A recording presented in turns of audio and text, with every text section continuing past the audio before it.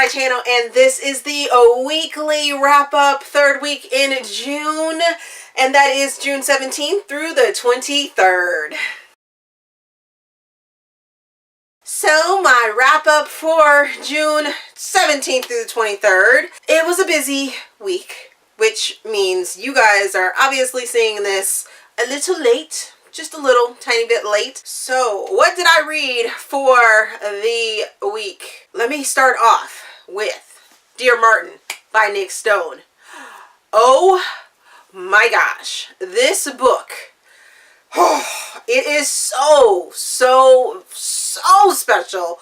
I cannot wait to get an actual physical copy of this book. This book, it is YA. I give it 5 stars. I listened to it on audiobook.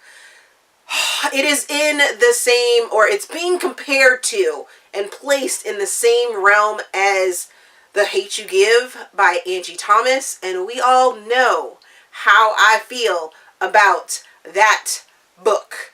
You can check that out if you want. But we all know how I feel about that book. This book though, whoo! This book is off the chain amazing. Your lead in this story, his name is Justice, and he has a couple of different instances or incidences that happen with the police, and he happens to be a scholastic and educational phenomenon. His mother sent him to a boarding school of some sort down in Atlanta, what have you, and he is excelling in everything. He has big plans for his life, but he is very much the minority in this school that he goes to. He has to deal with this incident that he has with the police, and then his eyes are opened to the things that are happening around him, and his way of dealing with those different situations is that he decides to write letters to Martin Luther King Jr. and to do sort of a social experience for himself to see if he can live by the teachings of Martin Luther King Jr. Oh, so good. This book is so good. It is balanced.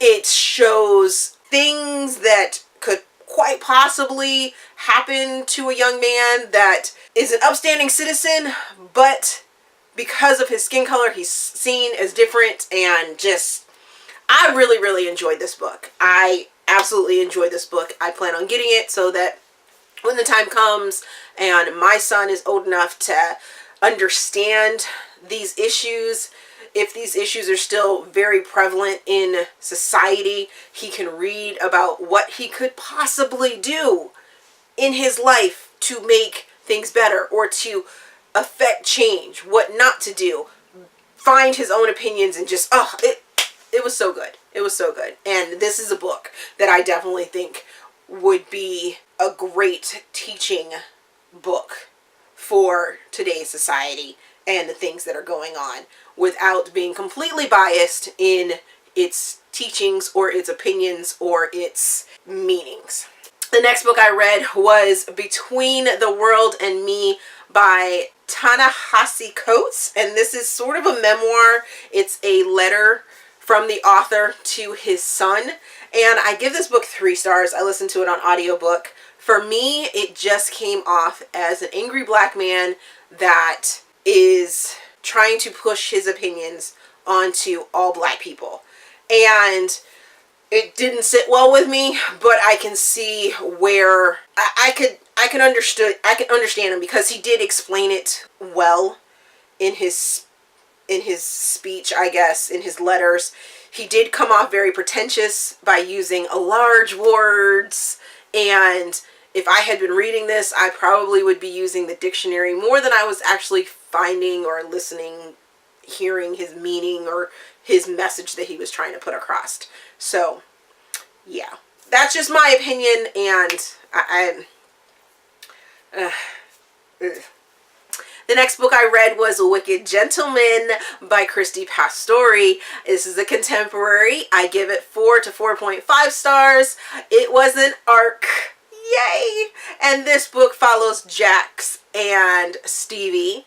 And so Stephie is sort of this young lady that is trying to find her way, find out of a bad sort of situation. She wants what's best for her family, but the family doesn't necessarily want to see what's going on. And Jax is a hotelier, I think that's what they're called, but he's the CEO of this hotel company and chain and things like that. He's big, he's a billionaire, and it's all sorts of sexy, swoony fun, and just yes, so many yeses.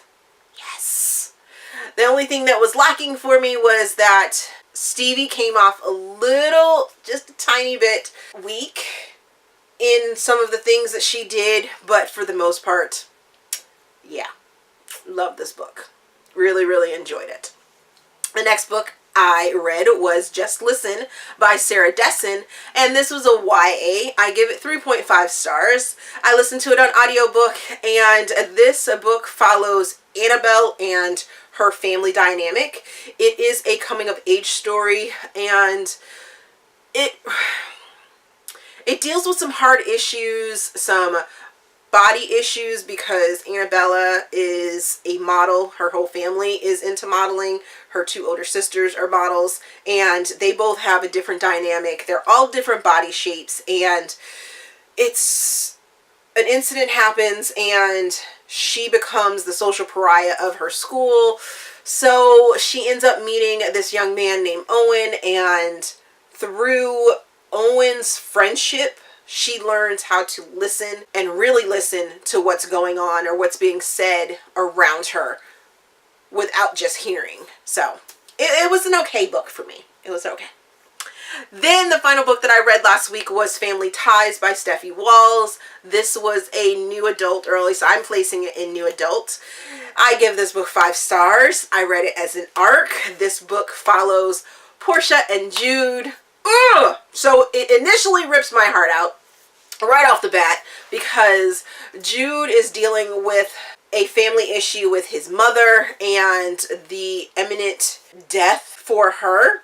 And Portia is a foster child who is living in this household that Jude ends up staying with while his mother is recovering from her health issues. The two of them have this very special bond, and I didn't have any issues with it at all whatsoever.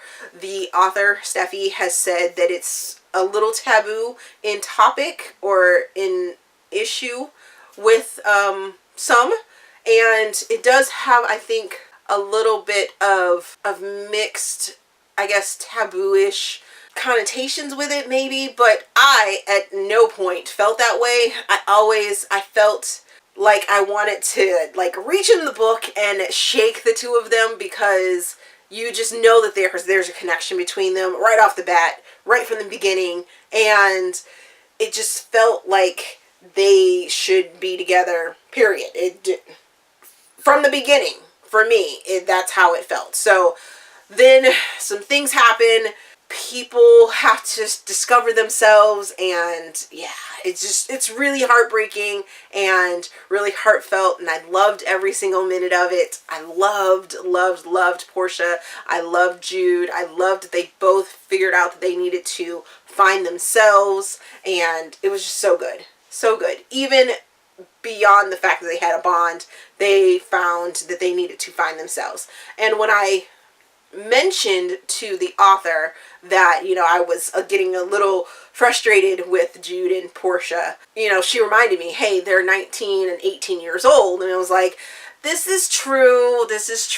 And the reason I didn't put this book in young adult is because one is in college and one is on their way to college. So I felt it was more new adult than it was young adult. But it probably could fit into that category.